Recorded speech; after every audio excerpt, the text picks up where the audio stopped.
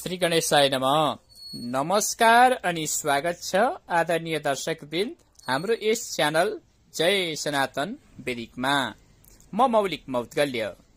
आज हामी श्राद्ध कसले गर्ने, श्राद्ध कहाँ गर्ने, श्राद्ध कस्तो ठाउँमा गर्ने, पिण्ड कस्तो बनाउने, पिण्ड पाक्य कसले बनाउने, नाता अनुसार कसरी सम्बोधन गर्ने, श्राद्धको अनुशासन के हो, कस्तो भाँडामा पकवान बनाउने, श्राद्धमा विभक्तिको प्रयोग कसरी गर्ने, विधिपूर्वक श्राद्ध गर्नु किन आवश्यक छ, कसलाई कति अञ्जली दिने, कुन कुन दिन नुहाई धुवाई गरेपछि कपडा निचोर्नु मिल्दैन, कुन वर्णको कस्तो कोण बनाई श्राद्ध गर्ने, श्राद्ध विघ्न निर्णय कसरी गर्ने आदि विभिन्न विषयवस्तुहरूमा समष्टिमा जानकारीमूलक विषयवस्तु लिएर आएका छौं। हामीलाई अन्तिमसम्म हेरेर साथ दिनुहोला।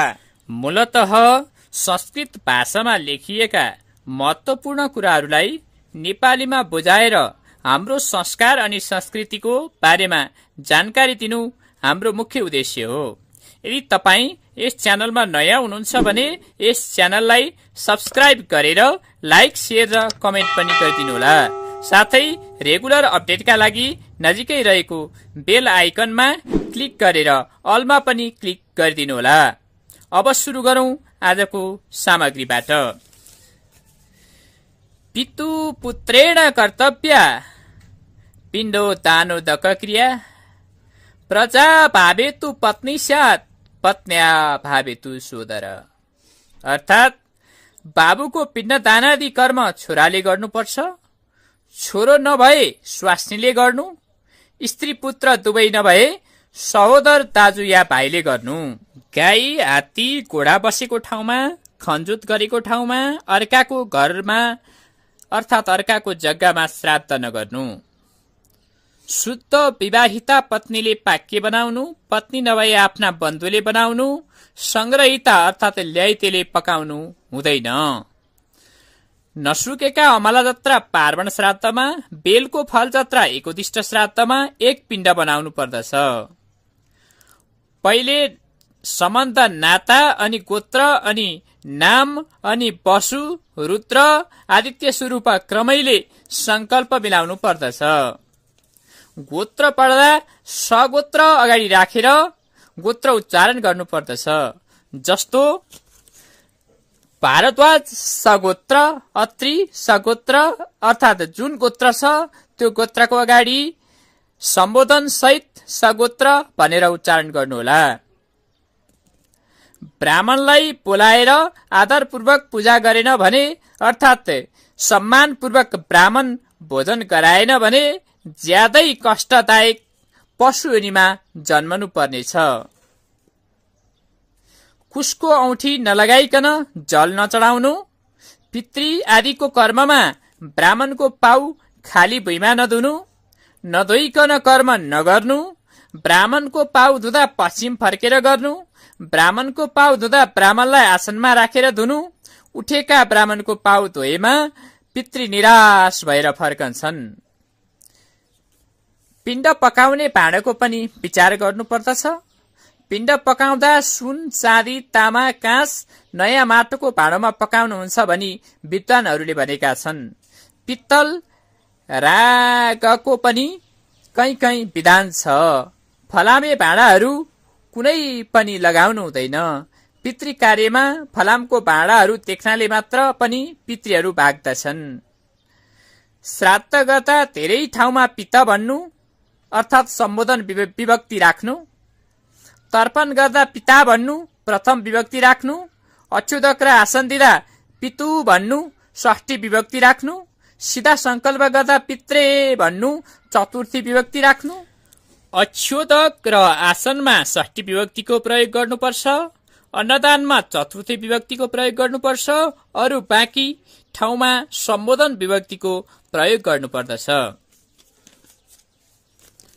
अर्घ्यादि समयमा शर्मण भन्नु अर्थात अर्घ दिँदाखेरि शर्मण भन्नु सम्बोधन विभक्ति प्रयोग गर्नु, तर्पण गर्दा शर्मा भन्ने प्रथम विभक्ति प्रयोग गर्नु, अक्षय र आसन दिँदा शर्वण षष्ठी विभक्ति प्रयोग गर्नु।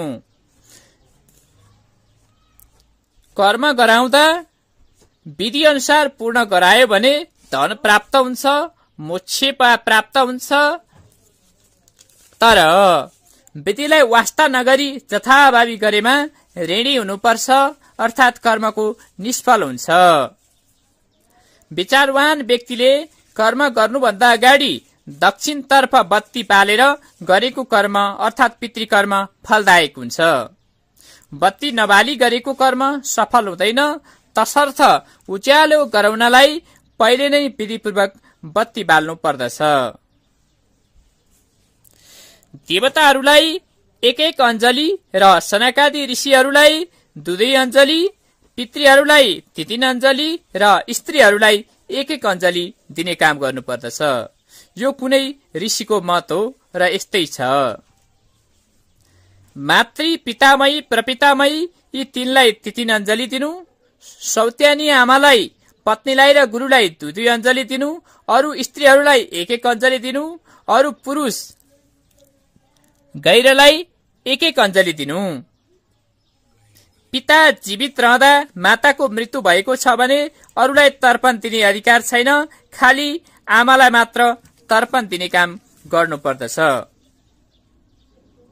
श्राद्धको दिनमा, द्वादशी, पूर्णिमा, संक्रान्तिको दिनमा नुहाएर वस्त्र तर्पण नगरी ननिचर्नु, नधुनु। यसरी निचोर्नाले र धुनाले पितृहरू निराश भएर फर्कन्छन् अर्थात् भाग्दछन्। आफ्ना पितृहरू मरेको तिथिमा प्रत्येक वर्ष धन भोक्ताले श्राद्ध गर्नुपर्दछ। यदि गरेन भने तामिश्र नाम गरेको घोर नरकमा पर्नु पर्दछ। दक्षिण दायाँ घुँडा तल गरेर घुँडा मारेर सदैव देवताको पूजा गर्नु, बायाँ घुँडा तल गरेर अर्थात् घुँडा मारेर पितृको कर्म गर्ने काम गर्नुपर्दछ। वस्तुलाई नपखालिकन नछोस्, मातृभाषा नबोलोस्, देवकार्य पितृकार्य दुवैमा नचाहिने कुरा नबोल्नु अर्थात् नगर्नु र सबै जप उमादि कर्ममा मौन भई गरेमा सम्पूर्ण फल प्राप्त हुन्छ। जप होम आदि गर्दा झुक्केर बोल्यो भने विष्णुको मन्त्र जप्नु वा विष्णुलाई सम्झनु। जसलाई सम्झदा, जसको नाम लिँदा तपोयज्ञ आदि कर्ममा त्रुटि भयो भने पनि, विधि नपुगे पनि त्यो कर्म पूरा हुन्छ। त्यस्ता अच्युत भगवानलाई सधैँ नमस्कार गर्दछु। श्राद्धको प्रारम्भमा, मध्यमा र अन्त्यमा ओम एष्या स्मृत्या च नामोक्त्या आदि मन्त्र पढ्ने काम गर्नु पर्दछ। कुशको ब्राह्मणको अगाडि पानीले अथवा खरानीले बायाँतर्फ 4 कुने पारी छेक्नु ब्राह्मणको भए, क्षेत्रीयको श्राद्ध भए 3 कुना अर्थात् 3 कोसे गर्नु, वैश्यको भए पाटुलो बनाउनु, शूद्रको भए पानी मात्र छर्कनु। ब्राह्मणको दायाँपट्टि जल चढाउनु, बायाँपट्टि जल चढाउनाले मदिरा पान समान हुन्छ, दायाँपट्टि जल चढाउनाले अमृत पान बराबर हुन्छ। आफूले रामगीता पाठ गर्दै जसले ब्राह्मणलाई भोजन गराउँदछ त्यसका सबै पितृहरू विष्णुको परम पदमा प्राप्त हुन्छन्। वृत्ति श्राद्धमा पूर्वतर्फ विकर दिने, प्रेत श्राद्धमा दक्षिणतर्फ विकट दिने, पार्वन श्राद्धमा नैऋत्य दिशातर्फ विकट दिने, एकोदिष्ट श्राद्धमा आग्नेयतर्फ विकट दिने काम गर्नुपर्दछ। तुलसी पत्र, चिनी, दूध, घिउ, अन्न, मह, तिल, भागीरथीको जल यदि 8 चीज हाली पिण्ड बनाउने काम गर्नु पर्दछ। कपडाको धागोको सट्टा काँचो धागो वा काटेको बत्तीको धागो चढाउने काम गर्नुपर्छ। आशौचको कारण वा अरू कुनै विघ्न आइपरेमा, श्राद्ध रोकिएमा कृष्ण पक्षको एकादशीमा गर्नु भन्ने विशेष वाक्य छ र हाम्रो चलन चल्तीमा अमावस्या अर्थात् औँसी तिथिमा पनि श्राद्ध, नजिकैको औँसी तिथिमा पनि श्राद्ध गर्ने चलन छ। मरण महिना दिनमा थाहा भएको, तिथि थाहा नभएको भए त्यही महिनाको अमावस्या श्राद्ध गर्ने अथवा कृष्ण पक्षको एकादशीमा श्राद्ध गर्ने काम गर्नुपर्दछ।